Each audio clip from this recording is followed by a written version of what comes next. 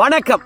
என்ன செய்தியை பார்க்க போறோம்னு கேட்டீங்கன்னா, நீதிமன்றத்தில் மண்டியிட்ட திமுக அரசாங்கம், சொந்த மாநிலத்திலேயே சுலுக்கெடுத்த நீதியரசர், இந்த அவமானம் வேண்டுமா?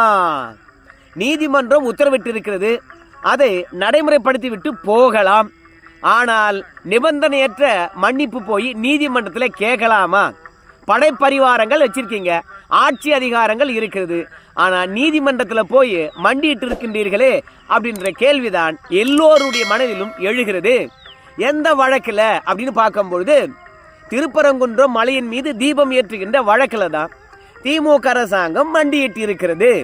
டிசம்பர் 1ஆம் தேதி நீதிமன்றமானது தீபம் ஏற்ற வேண்டும் என்று சொல்லிட்டு உத்தரவிடுகின்றது.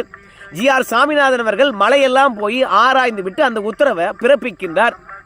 மலையின் மீது தீபம் ஏற்றினா ஏதாவது பதட்டமான சூழ்நிலை ஏற்படுமா என்ற விஷயம் எல்லாம் ஆராய்ந்து விட்டுத்தான் அவர் உத்தரவிடுகின்றார்.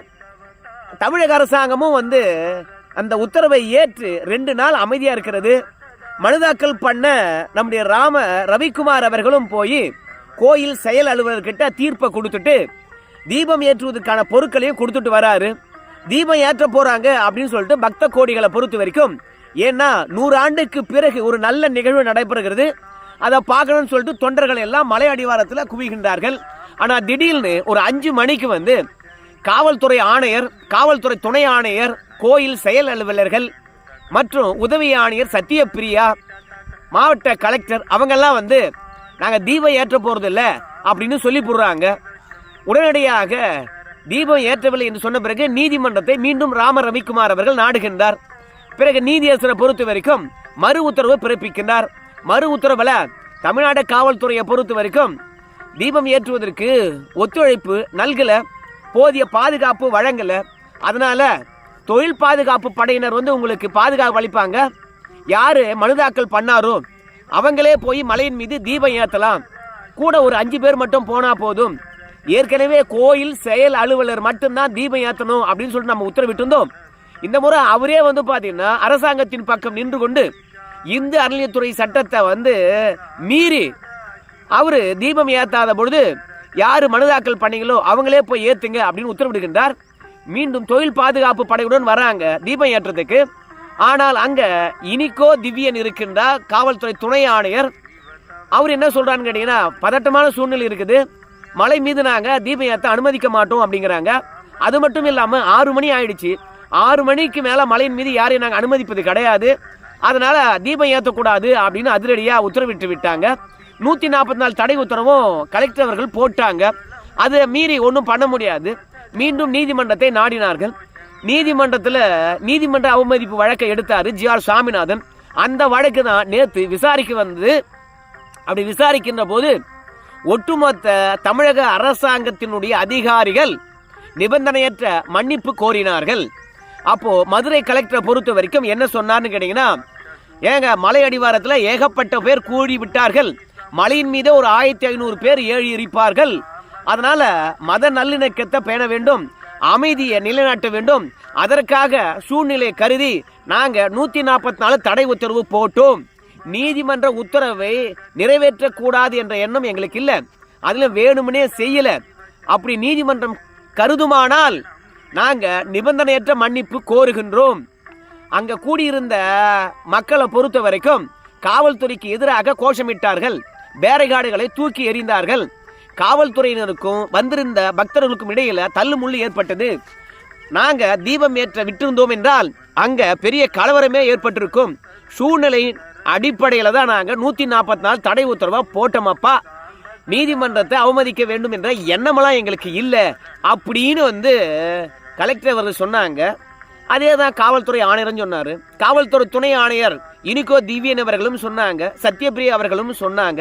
களத்தில் இருந்த சத்யபிரியா கிட்ட நீதியரசர் சொன்னாரு, ஏமா உன் மீது துறை ரீதியான நடவடிக்கை எடுக்கக்கூடாதுன்னு நினைக்கிற, நீ களத்தில் இருந்த தீர்ப்பை நடைமுறைப்படுத்த முடியாது என்று சொன்ன பிறகுதானே பக்தர்களும் தொண்டர்களும் பேரிகார்டுகளை தூக்கி எறிந்தாங்க. உயர் அதிகாரிகள் பாத்தீங்கன்னா அரசாங்கத்துக்கு பயந்துகிட்டு என்ன வேணாலும் சொல்லலாம், ஆனால் களத்தில் இருந்து அனுதினமும் தொண்டர்களும் பக்தர்களும் பார்க்கக்கூடிய நீங்க அங்க என்ன நடந்தது, ஏன் அந்த இடத்துல பேரிகார்டுகளை உடைச்சாங்க, பக்தர்களை எதற்காக தடுத்து நிறுத்தினாங்க? ஸோ இயல்பா மலை மீது சென்று அவங்க இறைவனை வணங்கிட்டு வருகின்ற நிகழ்வு நடந்து கொண்டிருக்கின்ற போது தீர்ப்புக்கு பிறகு பக்தர்களை ஏன் தடுத்து நிறுத்தினீங்க? இப்படி சட்டத்துக்கு புறம்பாக பக்தர்களை தடுத்து நிறுத்தின உங்க மீது ஏன் நடவடிக்கை எடுக்க கூடாது அப்படின்னு கேட்டாங்க. அதுக்கும் மன்னிப்பு கேட்டு விட்டார்கள். அதுக்கு ஜி.ஆர். சாமிநாதன் அவர்களை பொறுத்த வரைக்கும் நீதிமன்ற தீர்ப்பை சட்டம் ஒழுங்க காரணம் காட்டி நடைமுறைப்படுத்தாம இருக்கலாமா? வேற ஒரு விஷயங்கள்ல அப்படி நடந்து கொள்வீர்களா? இது தெரிந்தே நடந்து இருக்கிறது, ஏன் துறை ரீதியான நடவடிக்கை எடுக்க கூடாது அப்படின்னு சொல்லிட்டு நிபந்தனையற்ற மன்னிப்பு கேட்ட கலெக்டர் மட்டும் மார்ச் 2ஆம் தேதி நீதிமன்றத்தில் ஆஜராக வேண்டும். அது மட்டும் கிடையாது, யார் வேண்டுமானாலும் நீதிமன்றம் உத்தரவிட்ட பிறகு மேல்முறையீட்டுக்கு போயிருக்கலாம். ஆனால் கோயில் செயல் அலுவலரே பாத்தீங்கன்னா நீதிமன்ற உத்தரவை நடைமுறைப்படுத்தாம அவரு மேல்முறையீட்டுக்கு போனார் பாருங்க, அந்த விஷயத்தை மன்னிக்கவே முடியாது அப்படின்னு அதிரடியான உத்தரவை பிறப்பித்திருக்கின்றார். என்ன உத்தரவு அப்படின்னும் பொழுது கோயில் செயல் அலுவலர் மீது வழக்கு பதிய வேண்டும், துறை ரீதியான நடவடிக்கை எடுக்க வேண்டும். அது மட்டும் இல்ல, சில விஷயங்கள் பத்திரிகையில் வந்ததாக நம்முடைய நீதியரசர் தமிழ்நாடு அரசாங்க அதிகாரிகளுடைய செயலை கண்டு வேதனை அடைந்திருக்கின்றார்.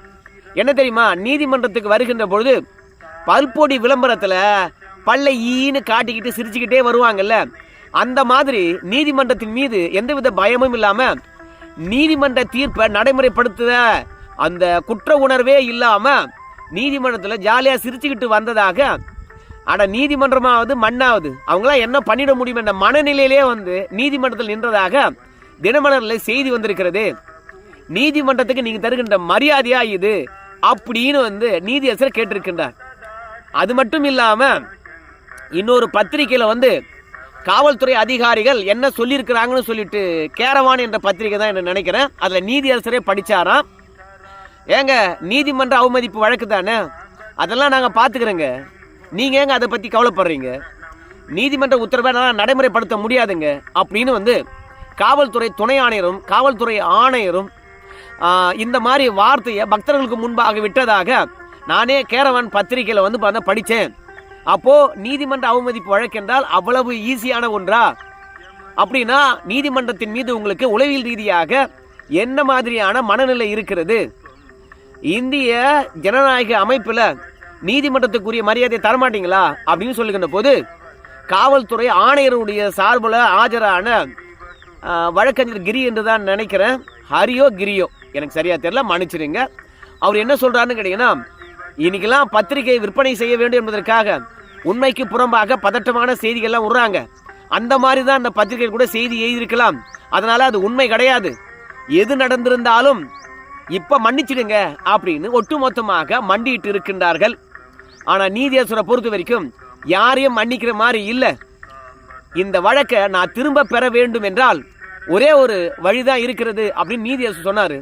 என்ன வழி அப்படின்னு சொல்லும் பொழுது, இரு நீதியரசர்கள் மதுரை உயர்நீதிமன்ற பெஞ்சில் நீங்க திருப்பரங்குன்றம் மலையின் மீது தீபம் ஏற்றித்தான் ஆக வேண்டும், அடுத்த கார்த்திகையில தீபம் ஏற்றணும் அப்படின்னு உத்தரவிட்டு இருக்கின்றார்கள். நீதிமன்ற அவமதிப்பு வழக்க ஜி.ஆர். சாமிநாதன் அவர்கள் விசாரிப்பார்கள் அப்படின்னு சொல்லியிருக்கிறாங்க. இந்த தீபம் ஏற்ற வேண்டும் என்று இரு நீதி அரசர்கள் வழங்கின தீர்ப்பை எதிர்த்து உச்ச நீதிமன்றம் நீங்க போல அப்படின்னா இந்த நீதிமன்ற அவமதிப்பு வழக்க நாம முடிச்சுக்கலாம். இல்ல இரு நீதியரசர்கள் தீபம் ஏற்ற வேண்டும் என்று உத்தரவிட்டிருக்கின்ற தீர்ப்பை எதிர்த்து நீங்க உச்ச நீதிமன்றம் போவீங்கன்னா நாம நீதிமன்ற அவமதிப்பு வழக்க விசாரித்துத்தான் ஆக வேண்டும் அப்படின்னு சொன்னாங்க. அதுக்கு தமிழக அரசாங்கத்தின் சார்பில், ஐயா மேல்முறையீட்டுக்கு போனதான், ஆனா 90 நாள் கால அவகாசம் இருக்குது, நீதிமன்ற அவமதிப்பு வழக்கை நீங்க முடிச்சு வைங்க, அதோட மேல்முறையீட்டுக்கு போனோமா இல்லையா என்பதை பற்றி அரசாங்க இடத்துல நாங்க ஆலோசனை செய்துவிட்டு தான் முடிவு பண்ணுவோம், ஆனா இந்த வழக்கை முடிச்சு வைங்க அப்படின்னு சொல்லியிருக்கிறாங்க. அதுக்கு நீதியரசரை பொறுத்த வரைக்கும் மேல்முறையீட்டுக்கு போல என்று உறுதியா சொல்லுங்க அப்படின்னு கேட்டாங்க. ஆனா எப்படி மேல்முறையீட்டுக்கு போகாம இருப்பாங்க? ஏற்கனவே நீதிமன்ற அவமதிப்பு வழக்குக்கே பாத்தீங்கன்னா உச்ச நீதிமன்றத்துக்கு தமிழக அரசாங்கமானது போயிருக்குது, அந்த வழக்கானது விசாரணைக்கே வரல. அப்படி இருக்கும்போது தீபம் ஏற்ற வேண்டும் என்று உத்தரவிட்ட பிறகு அதை எதிர்த்து போகாம இருப்பாங்களா? அதனால நீதியரசர்கிட்ட இப்போ தெளிவான ஒரு விவரத்தை தெரிவிக்காத முன்னாடி அவரும் இந்த நீதிமன்ற அவமதிப்பு வழக்க முடிக்க தயாரா இல்லை. அதனால அடுத்த முறை கோயில் செயல் அலுவலர் யக்ய நாராயணன் அவர் ஆஜராக தேவையில்லை. அதே மாதிரி மதுரை காவல்துறை ஆணையர் லோகநாதன் அவர் ஆஜராக தேவையில்லை. இணை ஆணையராக இருக்கக்கூடிய இனிகோ திவ்யன் அவர்கள் ஆஜராக தேவையில்லை. சத்யபிரியா அவர்களும் ஆஜராக தேவையில்லை. ஆனால் மாவட்ட கலெக்டர் பிரவீன்குமார் அவர்கள் ஆஜராக வேண்டும். ஏன்னா அவர் செய்த செயலானது ஏற்றுக்கொள்ள முடியாது. சட்டத்தை நடைமுறைப்படுத்த வேண்டியவர், இந்திய ஆட்சி பணியில் இருக்கக்கூடியவர், அவருக்கு எல்லாம் தெரியும். அவர் தேவையில்லாமல் 144 தடை உத்தரவு போட்டு நீதிமன்ற உத்தரவை பார்த்தீங்கன்னா ஒன்றுமில்லாமல் ஆக்கியிருக்காண்டார். அவர் நேரடியாக ஆஜராக வேண்டும். இந்த வழக்கில் சட்ட ஒழுங்கு டிஜிபியாக இருந்த டேவிட்சன் தேவாசீர்வாதத்தை பார்த்தீங்கன்னா எதிர் மனுதாரராக சேர்த்து வழக்கை பதிவு செய்யுங்க. மார்ச் 2ஆம் தேதி இந்த வழக்கை தள்ளி வைக்கிறேன் அப்படின்னு சொல்லிட்டாங்க. மொத்தத்தில் GR சாமிநாதன் அவர்கள் மன்னிப்பு கேட்ட பிறகு கூட அதெல்லாம் ஏற்றுக்கொள்ள முடியாதுப்பா அப்படின்னு சொல்லிவிட்டு எல்லாருக்கும் நாங்கள் துறை ரீதியாக ஆப்பு வைக்க போகிறோம் அப்படின்னு சொந்த மாநிலத்திலேயே ஆப்பை பெருசாக சொருகி இருக்கிறாரு.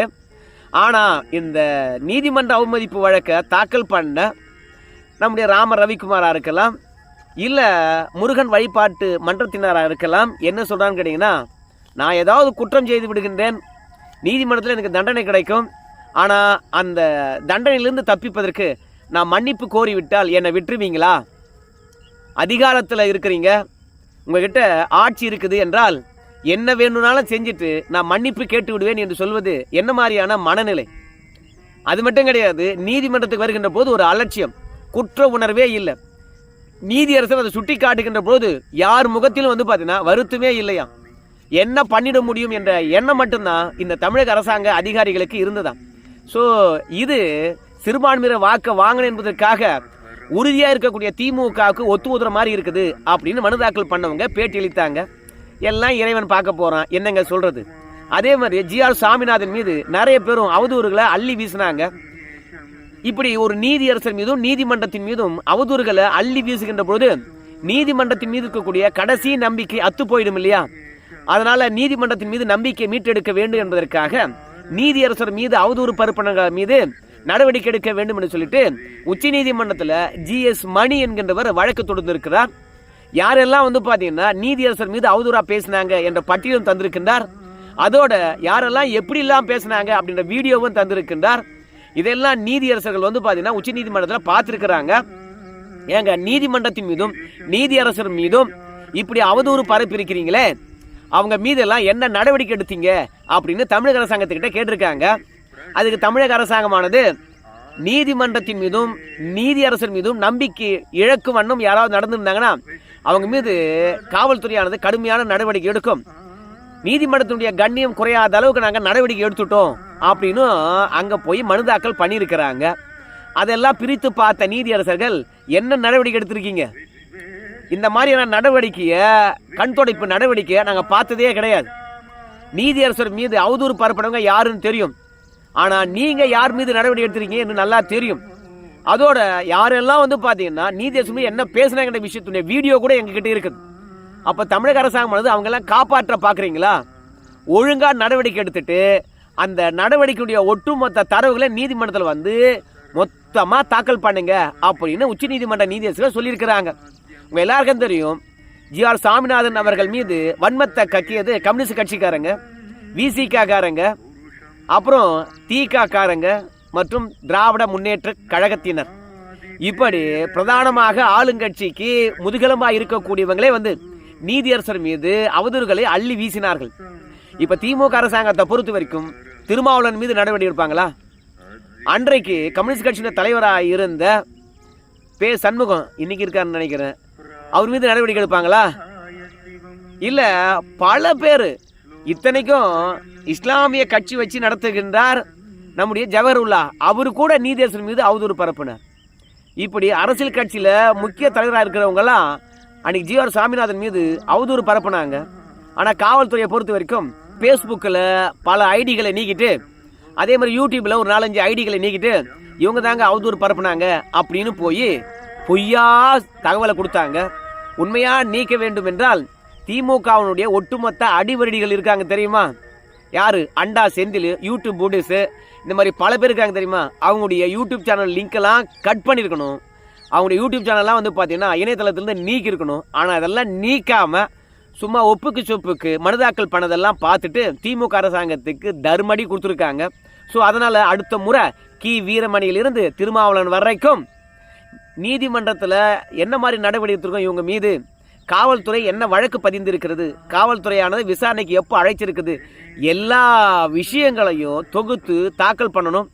அதனால் இவங்கெல்லாம் திமுக அரசாங்கமானது தப்பிக்க வைக்குமா இல்லை தண்டனைக்கு உள்ளாக்குமா என்பதெல்லாம் பொறுத்து தான் பார்க்கணும். ஆனால் நீதிமன்றமானது இவங்க மீது நடவடிக்கை எடுத்தால் தான் விடும் என்று ஒத்த காலம் நிற்கிறாங்க. இவங்க மீது நடவடிக்கை பாயுமா இல்லை எப்படி மதுரை உயர்நீதிமன்றத்தில் நீதியரசர்கிட்ட மன்னிப்பு கேட்டு தப்பிச்சதோ அதே மாதிரி இவங்கெல்லாம் தப்பாக பேசிட்டாங்க, இவங்கெல்லாம் மன்னிப்பு கேட்டுட்டாங்க அப்படின்னு சொல்லிட்டு மன்னிப்பு கடிதத்தை கொண்டு போய் நீதிமன்றத்தில் தாக்கல் பண்ணிவிட்டு, எங்களுடைய பரம்பரை என்ன தெரியுமா, மண்டியிடாத பரம்பரை, மன்னிப்பு கேட்காத பரம்பரை. ஆர்எஸ்எஸ் பரம்பரை வந்து பார்த்தா மன்னிப்பு கேட்ட பரம்பரை. கோட்ஸே தெரியுமா, செவார்கர் தெரியுமா, அவங்கெல்லாம் எத்தனை முறை ஆங்கிலேயர்கிட்ட வந்து மன்னிப்பு கேட்டாங்க, சூவை நக்கி பழிச்சாங்க அப்படின்னு சொல்லிட்டு அவதூறு படைப்பிட்டு இருப்பாங்க. மன்னிப்பு கேட்காத மாண்புமிக்க திராவிட பற்றாளர்கள் உச்சநீதிமன்றம் உயர்நீதிமன்றத்தில் மன்னிப்பு கேட்டு நடக்க போகிற காட்சிகளை நம்ம பொறுத்து வந்து பார்க்கலாம். நீதிமன்றங்களை பொறுத்த வரைக்கும் இப்போ தான் நடுநிலையாக செயல்படுற மாதிரி தெரிகிறது. திராவிடத்தினுடைய உண்மையான முகத்திரையானது கிழிகிறது. பொறுத்து வந்து பார்க்கலாம் என்ன நடக்க போகுதுன்னு சொல்லிட்டு. இவங்க என்ன பண்ணாலும் திருந்த போகிறதில்ல, வாக்குக்காக எந்த எல்லைக்கு வரைக்கும் போவாங்க.